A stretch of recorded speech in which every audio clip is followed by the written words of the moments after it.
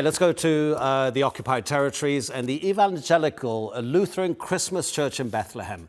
It was on Sunday that its senior pastor, Reverend Munther Isaac, posted on social media. He said cancelling Christmas celebrations in Bethlehem is not the headline. The genocide in Gaza is. And here is the Reverend. Reverend, thank you so much indeed for your time. What does Bethlehem look like on this Christmas Eve? Good morning, and thank you for having me. Bethlehem today is a sad town. It's nothing like Christmas. On a normal situation, you would come and find a big Christmas tree, decorations in the streets, and overall a mood of joy and celebration, anticipating welcoming the patriarch who comes from Jerusalem to enter Bethlehem and pray in the Church of the Nativity with thousands of pilgrims. You won't find any of that, just Palestinians determined to stay, determined to pray, determined to keep on with our age-long traditions of celebrating Christmas in the land where it all started, yet without the festivities and the joyful traditions. What has Bethlehem been like since October last year? Is your church a safe haven for people of all religions? Can they come to you and seek safety? Because the occupied territories have been regularly attacked day by day. Well, first, if they are able to, because Bethlehem right now is a besieged town. Since October 7th, we've witnessed more land annexation around Bethlehem, which adds to the isolation, more checkpoints, more gates outside of the town. Right now, all it takes is to close 2 checkpoints and Bethlehem becomes another strip, completely isolated. And I'm not talking about the checkpoints that take us to Jerusalem. Nowhere is safe, even in the West Bank. I mean, it's nothing in comparison to what's happening in Gaza. There are horrors. It's a genocide unfolding in front of all of our eyes. We are witnessing incursions more in the north of the West Bank these days, but also sometimes in Bethlehem as well.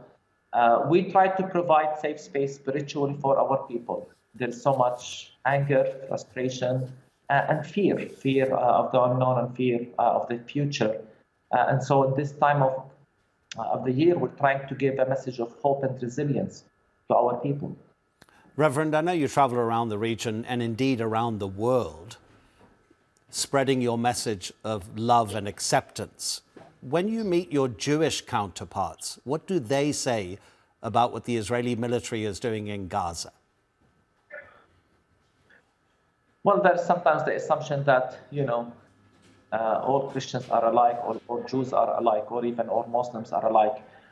But we're witnessing more and more Jewish faith leaders, especially in the United States, and less so in Europe, but also there, who are openly not just speaking out about the policies of Israel, but calling out Zionism for what it is, recognizing what's happening in Gaza as a genocide. I've done a speaking tour in the United States in August. I spoke in packed churches. I've never seen so much support to the Palestinian cause in the United States. And I've never seen what I've witnessed, which is Jews, Muslims, and Christians coming together to organize and build grassroots movements.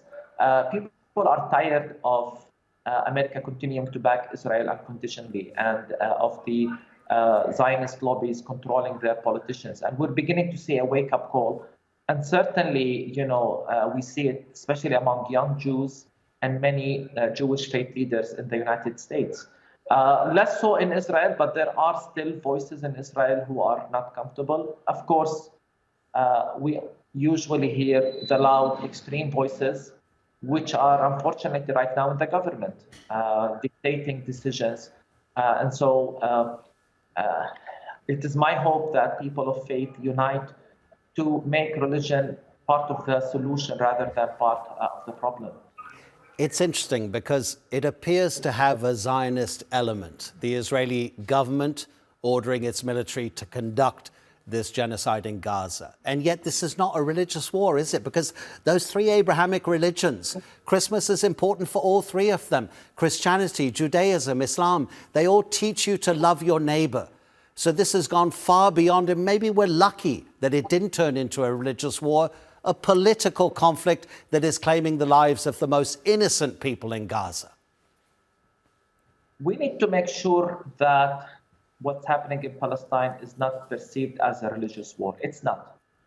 Making it a religious war gives the impression that Jews and Muslims can get along because of differences in faith and cultures and so on.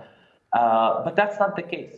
The problem in Palestine began in 1948, the creation of Israel, not over empty land, but over the land of Palestinians.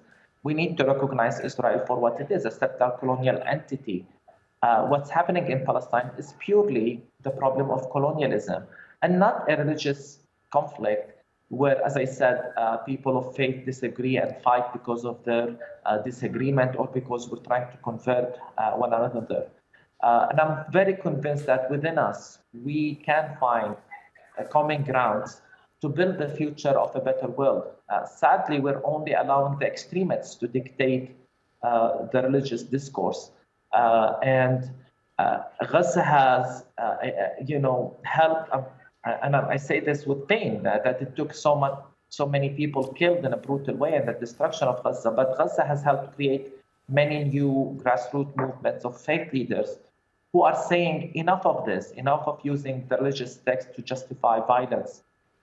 Christmas is an important time to think of this. Jesus' message was definitely a message of peace, definitely a message of hope, but also one of justice and righteousness.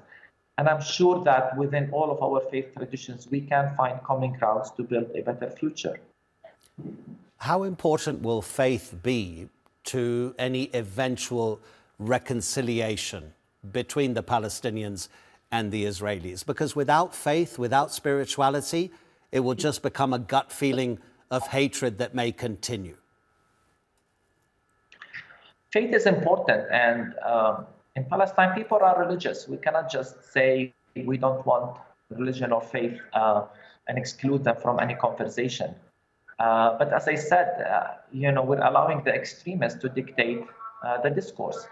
And we need more voices of common sense and more voices that speak truth to power. I think many times, we confuse the message of peace with that of neutrality and not doing much.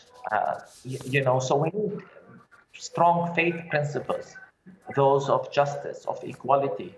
We can't move forward with discrimination and apartheid as the norm. We can't move forward if war criminals are not held accountable. We need to set the tone for the future, a tone in which justice, righteousness, and truth dictate the terms.